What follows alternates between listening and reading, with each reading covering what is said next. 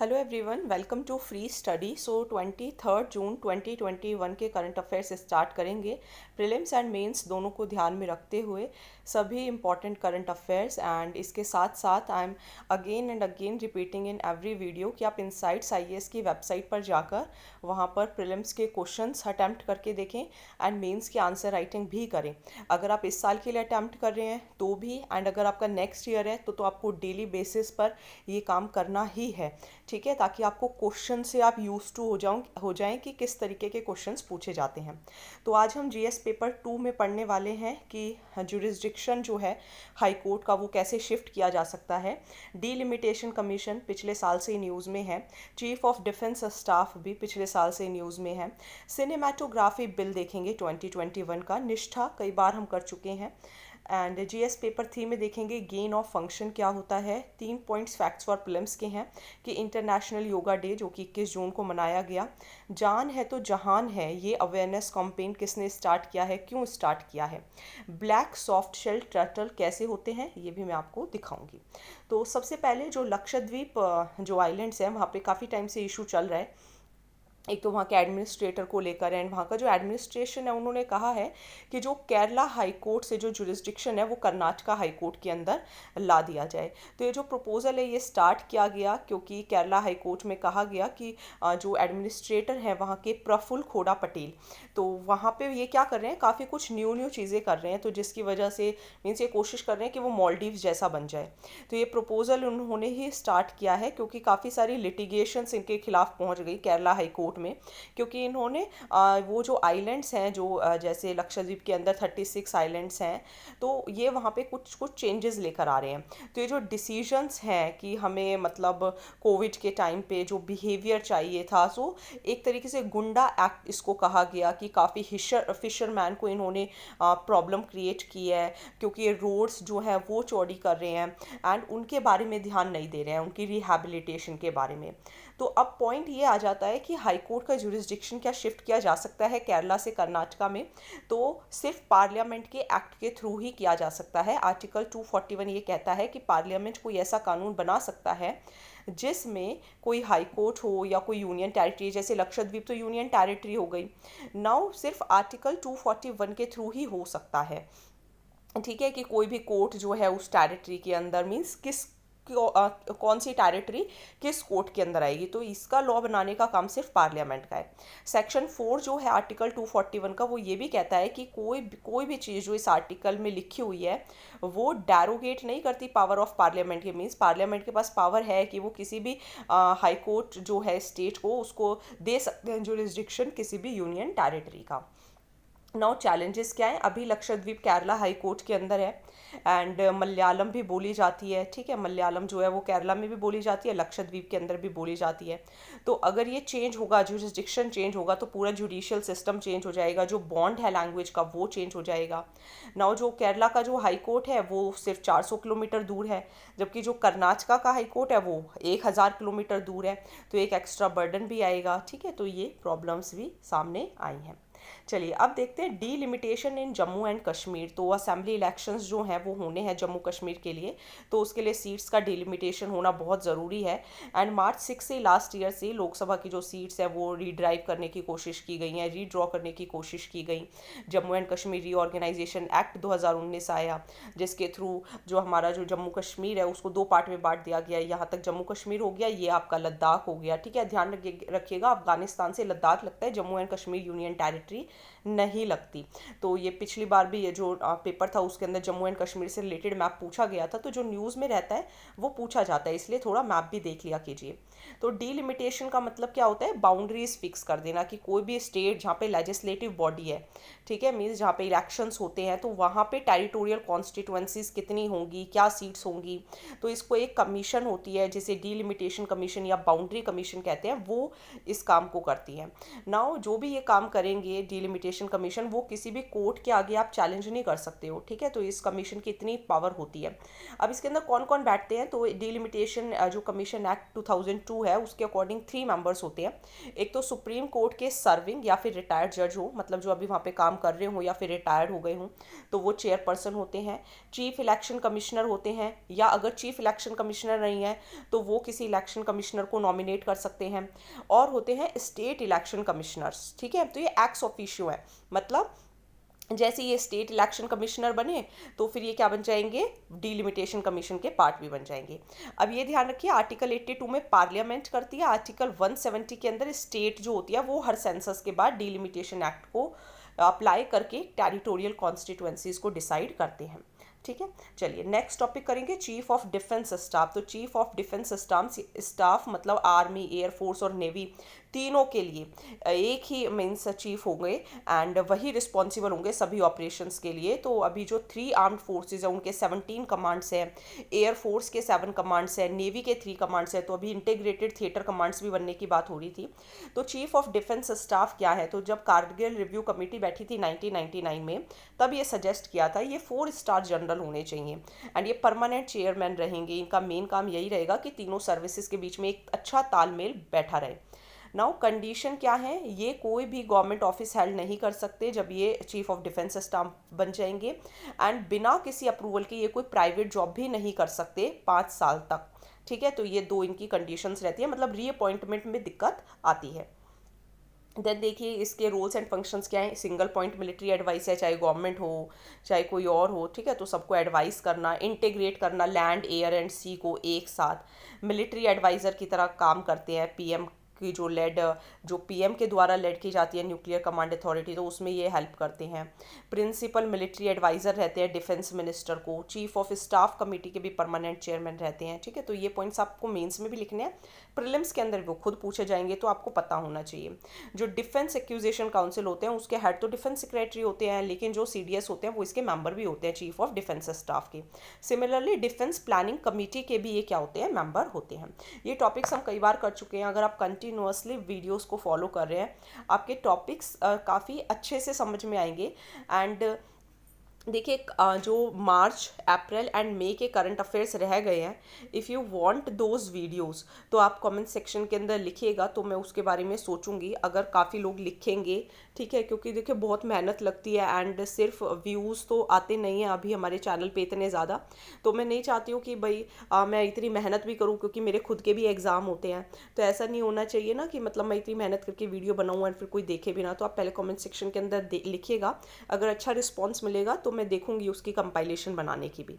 चलिए अब देखते हैं सिनेमेटोग्राफ अमेंडमेंट बिल 2021। तो इसने जो 1952 का एक्ट है वो अमेंड कर दिया है।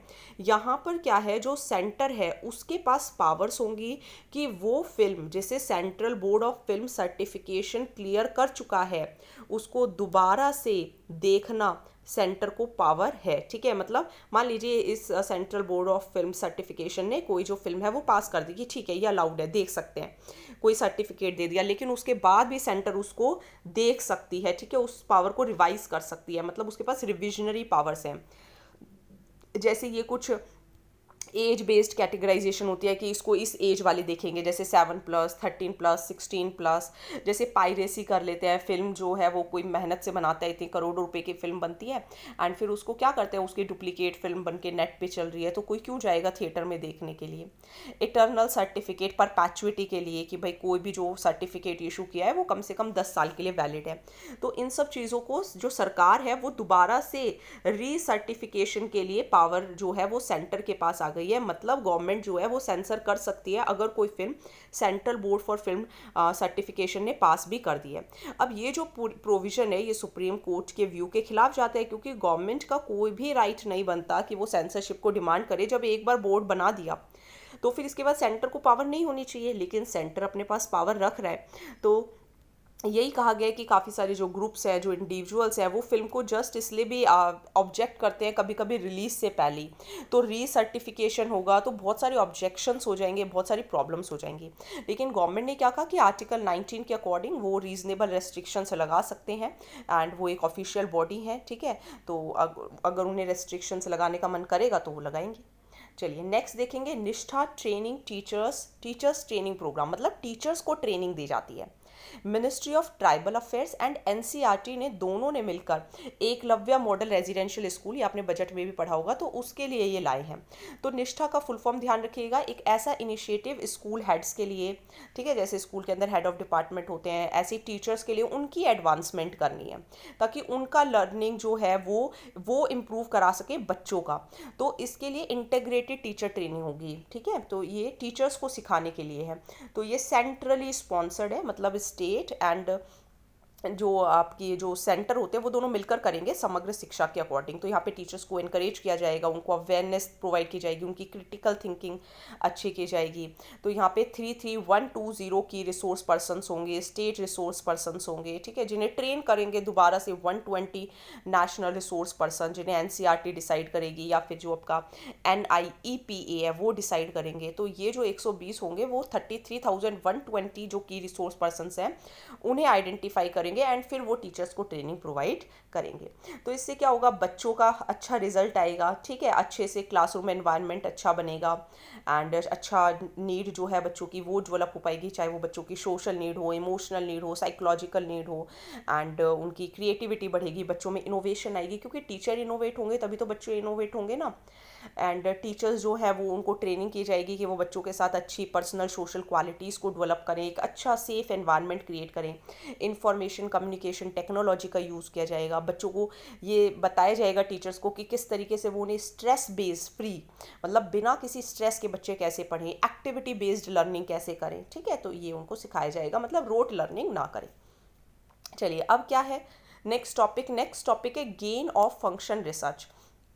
इसमें बेसिकली क्या हो रहा है, देखिए जो कोरोना वायरस है वो जैसे अभी अपने यहाँ का कप्पा था, ठीक है, तो ये डेल्टा था, तो ये क्या कर रहे हैं, अपना म्यूटेशंस चेंज कर रहे हैं। तो इनके बारे में पढ़ना कि ये जो अपनी जो म्यूटेशंस चेंज कर रहे हैं किस कंडीशन में चेंज कर रहे हैं, देखो हर जगह का अलग अलग टेम्परेचर होता है, अलग अलग तापमान होता है, तो उसको पढ़ना इज गेन ऑफ फंक्शन, ठीक है। तो गेन ऑफ फंक्शन जो है वो इसीलिए डिबेट में आया कोविड-19 पैंडमिक की वजह से, क्योंकि इतना ज़्यादा म्यूटेशन कर रहा है, ठीक है, एक मतलब ट्रांसमिबिलिटी बढ़ रही है, इन्फेक्शियस डिसीज़ है, वैक्सीन डेवलप करनी है। अब वैक्सीन अब हमने इस वाले वायरस के लिए डेवलप कर दी, वायरस ने अपने आप को चेंज ही कर लिया, तो वायरस वैक्सीन कैसे काम करेगी, तो इसीलिए वायरस की वैक्सीन बनानी भी मुश्किल होती है। तो यहाँ पे उस जो कैसे किया जाएगा, जैसे मान लीजिए कोई एक ऑर्गेनिज्म लिया जाएगा, उसके जीन को अल्टर किया जाएगा, म्यूटेशन इंट्रोड्यूस की जाएगी, फिर उसको पढ़ा जाएगा। तो इसके लिए जेनेटिकली जो इंजीनियरिंग है वो यूज़ की जाएगी, अलग अलग मीडियम्स यूज़ किए जाएंगे, अलग अलग ग्रोथ मीडियम से उनको अलाउ किया जाएगा कि भाई कोई भी वायरस जो है उसको अलाउ किया जाएगा अलग अलग ग्रोथ मीडियम से पास करवाना, जिसको कहते हैं सीरियल पैसेज। तो देखा जाएगा कि अच्छा इस कंडीशन में कैसा बिहेव होता है, इस कंडीशन में कौन सी दवाई काम हो रही है, तो इस तरीके से देखा जाएगा। इश्यूज़ क्या है, मैनिपुलेशंस तो हैं, क्योंकि देखो जो माइक्रोब्स है वो बहुत डेडली हैं, बहुत ज़्यादा ट्रांसमिसेबल हैं, तो हो सकता है गेन ऑफ फंक्शन की जगह लॉस ऑफ फंक्शन हो जाए, ये भी ज़रूरी नहीं है ना, क्योंकि अगेन देखिए बहुत ज़्यादा मतलब इशू रहेंगे, जैसे सीरियल पैसेजिंग ही हो गया कि अलग अलग सर्कमस्टांसिस में वो अलग अलग चेंज हो रहा है, जब वो चेंज ही हो गया तो पुरानी वाली दवाई कैसे काम करेगी, तो ये प्रॉब्लम है। तो गेन ऑफ फंक्शन को काम करने के लिए ज़रूरी है कि सारे रिस्क जो हैं वो अच्छे से देखे जाएँ, ठीक है, कहीं ऐसा ना हो कुछ और ही बन जाए, ठीक है, जैसे आपने देखे होंगे कार्टून की फिल्म के अंदर होता है कि आप कुछ करते हो और बन कुछ जाता है, तो ये सब प्रॉब्लम नहीं होना चाहिए, गेन ऑफ फंक्शन की जगह लॉस ऑफ फंक्शन नहीं होना चाहिए। तो ये इसी वजह से आया है, क्योंकि जो वुहान इंस्टीट्यूट था तो वहाँ से इसको बोला गया कि वहाँ से लीक हुआ ये वायरस एंड फिर सारी जगह फैला, एंड सीरियल पैसेजिंग के थ्रू इसने बार बार अपने आप को चेंज किया, तो इसीलिए इसको पढ़ा जा रहा है। अब इंडिया के अंदर ये थोड़ा एक्ट आप ध्यान रखिएगा, एक्ट है micro organisms genetically engineered organisms और सेल्स रूल्स 1989। इसके अकॉर्डिंग जो मैन्युफैक्चर किया जाता है, यूज़ किया जाता है, इंपोर्ट एक्सपोर्ट एंड स्टोरेज, तो इसके अकॉर्डिंग जो भी हैजार्डियस माइक्रो ऑर्गेनिज्म्स हैं या प्रोडक्ट्स हैं तो उनसे रिलेटेड एक्टिविटी को रेगुलेट किया जाता है। डिपार्टमेंट ऑफ बायोटेक ने भी 2020 के अंदर गाइडलाइंस इशू की थी एंड बायो सेफ्टी लैब्स बनाए थे, ठीक है, तो रिसर्च डेवलपमेंट ये सब करेंगे। चलिए अब फैक्ट्स फॉर प्रीलिम्स देखते हैं। 21 जून को इंटरनेशनल अंतर्राष्ट्रीय योगा दिवस बनाया गया, 2014 से शुरू किया गया है, 11 दिसंबर से, ठीक है। 69th सेशन जब था द जनरल असेंबली में, तो तब ये डिसाइड किया गया था। इस बार की थीम ध्यान रखिएगा, yoga for wellbeing. World Health Organisation ने भी कहा कि योगा को प्रैक्टिस करना चाहिए, एंड इसे वो global action plan for physical activity 2018-30 में भी क्या करेंगे, इंक्लूड करेंगे। देन देखिए, जान है तो जहान है, तो ये मिनिस्ट्री ऑफ माइनॉरिटी अफेयर्स का है कि जो बहुत ही पिछड़े हुए इलाके हैं वहाँ पे लोगों को अवेयर किया जाए, ठीक है, ताकि वो हम लोग वहाँ पर जाए तो वो ये ना हो कि वैक्सीनेशन ना करवाने के बजाय वहाँ से भाग रहे हैं, पूरे गांव खाली हो जा रहे हैं। तो र्यूमर्स को क्रश करना है एंड क्रब करना है। देन देखिए, ब्लैक सॉफ्ट शेल टर्टल, तो ये फ्रेश वाटर के अंदर रहता है। IUCN ने इसको क्रिटिकली इंडेंजर्ड का है, मतलब बहुत खतरे की निशानी में है, लेकिन कोई लीगल प्रोटेक्शन नहीं है। वाइल्ड लाइफ प्रोटेक्शन एक्ट 1972 में आपको ब्रह्मपुत्रा बेसिन जो है आसाम के अंदर, वहाँ ये मिलेगा। वाइल्ड में तो बिल्कुल एक्सटिंक्ट है, सिर्फ कुछ टेम्पल्स वगैरह के अंदर मिल जाता है, north east India and Bangladesh में। न्यूज़ में क्यों है, क्योंकि जो हाईग्रीवा माधव टेम्पल कमेटी आसाम में, उन्होंने एक मेमोरेंडम ऑफ अंडरस्टैंडिंग साइन किया है 2 ग्रीन NGO के साथ। एक तो आसाम स्टेट जू कम बोटानिकल गार्डन के साथ, दूसरा कामरूप डिस्ट्रिक्ट एडमिनिस्ट्रेशन के साथ, ताकि इस फ्रेश वाटर स्पीशीज को बचाया जा सके, ठीक है, इस सॉफ्ट शेल टर्टल को। तो ये आप देख सकते हैं, ये वो सॉफ्ट शेल टर्टल है, ठीक है। तो इसका ये जो है, ये आप देख सकते हैं काफ़ी सॉफ्ट आपको देखने को मिलेगा। तो आज के करंट अफेयर्स हो गए हैं, एंड बहुत ही कम टाइम के अंदर मैं आपको सभी इंपॉर्टेंट इनसाइट्स के जो करंट अफेयर्स हैं वो कवर करा देती हूँ विदाउट यूजिंग देयर PDF। तो आप प्लीज़ वीडियोस को ज़्यादा से ज़्यादा शेयर करें, चैनल को सब्सक्राइब करें, कोई डाउट होता है तो आप कमेंट सेक्शन के अंदर लिखें, एंड रेगुलरली फॉलो करें, रेगुलरली क्विज लगाएं, रेगुलरली मेंस क्वेश्चंस करें, तो आपका जो पेपर है वो ज़रूर क्लियर होगा, ठीक है। क्योंकि हार्डवर्क जो होगा वो डेली आपको करना होगा, एंड थोड़ा थोड़ा जैसे डेली आप वीडियोज़ को फॉलो करेंगे तो इससे आपको प्रीलिम्स, मेंस, एसे, एथिक्स सब में हेल्प मिलेगी। Okay, so thank you so much. Video को शेयर करना, चैनल को सब्सक्राइब करना, लाइक करना नहीं भूलना है। Okay, thank you.